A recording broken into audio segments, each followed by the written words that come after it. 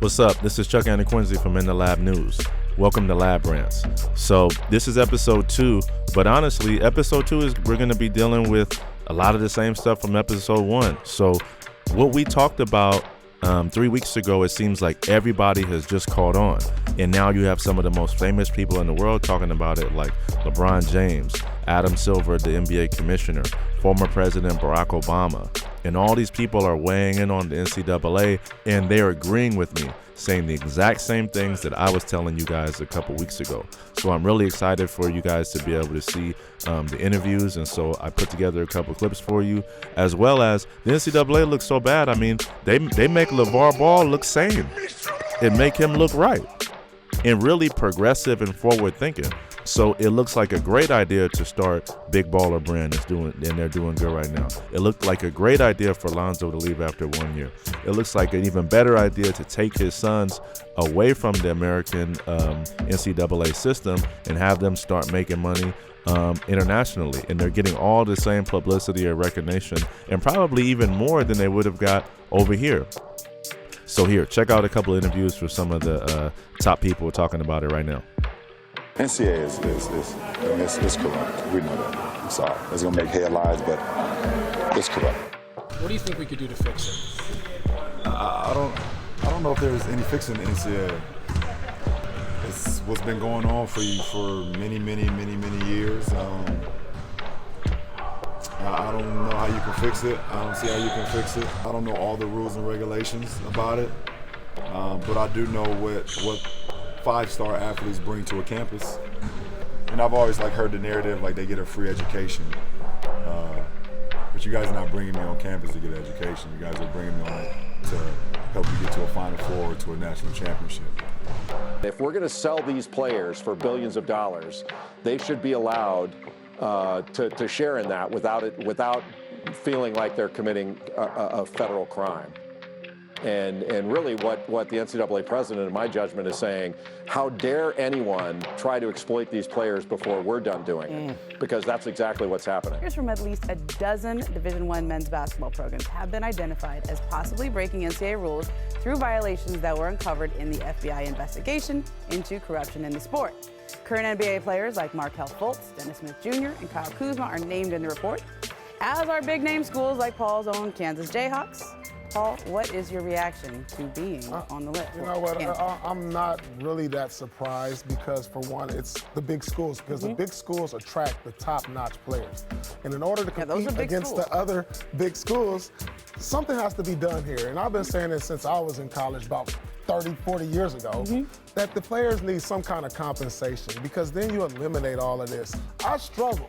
I couldn't even go to the movies. I couldn't even, I had to call my high school coach and say, listen, it's too cold out here in Kansas. I need a big jacket. You send me one. And that's probably the only gift I ever got. I had agents offer me things, and it was it's appealing, because when you come from a poor neighborhood and you go to these big schools and you make the money and you make the money for the program, it's like they're using the players. Yeah. Without naming names or anything, what was the craziest offer you got during that time? Me? Sophomore, junior year, when it was... Oh.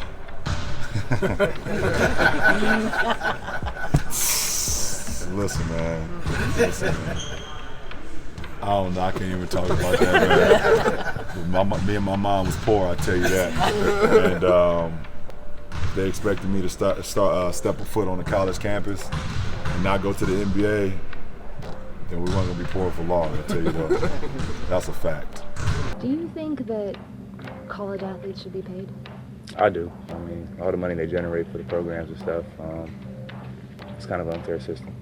Yeah, everybody's getting paid anyway, you might as well just make it legal. So that's how I feel. Lavar Ball keeps on making headlines, Lavar Ball style. The controversial father says LaMelo's shoe deal is more important than his eligibility. LaMelo just finished his sophomore season and is already verbally committed to UCLA, following the footsteps, of course, of his brother Lonzo, who's now a Laker. Max, do you have a problem with LaVar's comments? Not at all. I love LaVar Ball's comments here. Let me get this straight. And this goes to the hypocrisy of the NCAA, which makes money hand over fist. But God forbid a kid who's not even in that organization yet, not even under their jurisdiction yet, should try to profit, should try to start a business. Like, he could sell lemonade on the street corner, that's fine in high school, but if he, or in elementary school, right? But if, God forbid, he should sell a sneaker with his name on it, somehow that affects his eligibility, the nerve of the NCAA to create a world where that is the reality is just staggering. And the fact that someone like LeVar Ball is like, to hell with them, we're trying to get this money right now off the sneaker deal, I love that. By the way, ultimately, the kid can either play NBA level ball or he can't. This is not going to make or break that. Or they're letting these kids come out and go play minor league hockey. They're not making big money, and they're white kids primarily, and nobody has a problem. But all of a sudden now, you've got a black kid that wants to come out of high school and make millions. That's a bad decision. But bypassing college to go play for $800 a month in minor league baseball, that's a fine decision? What the hell is going on? The NCAA is one of the worst organizations, maybe the worst organization in sports. And they certainly don't care about the athletes. And they're going to act now like they're just appalled by all these things going on in college basketball. Please, come on. It's ridiculous. And then it's all coming down on coaches. We need to clarify this really quickly as well. The one and done rule, that's an NBA rule, not an NCAA rule. That's an agreement between the NBA Players Association and the NBA. So when you're attributing motivations to people, you first need to recognize who you are even talking about. So the allegation is being made against the NBA. Now, why would the NBA and NBA Players Association want to agree to a one-and-done rule? I'll give you two reasons. Number one, David Stern said when he adopted this rule, he didn't think young players were ready, okay? He didn't think that 18-year-olds were ready to be on the NBA circuit with 25-year-olds. And the NBA Players Association is motivated by something else, and that's keeping young guys out so older guys have jobs. That's what unions do. They keep new people from taking old people's jobs. That's what it is. So you want motivation? It's ageism and it's anti-capitalism. It's forcing young people out to protect older players' jobs, and it's keeping people from getting paid. I don't like that. I'm against those kind of things, but I don't think race has anything to do with it. Look, all of NCAA sports are based on this. Football and basketball make money for the rest of the programs. That money, instead of going to the players who are making it, is going to fund the rest of the other sports. Somehow that's out of whack and needs to get changed. I think there are more kids that benefit from the money raised by the football and basketball players on the golf team and the women's sports and academic departments. Right. I think there are more winners than losers in this. But that is not the structure we have set in place in this country for anyone else. There would be more winners than losers on this television show if they just said, hey, we're going to take all the collective salaries of all the producers, all the camera people, all the on-air talent, and just say you all get the same. There'd only really be 3 people really damaged by that. But that's not the structure we use. We don't do it where we say, well, it's more fair for more people.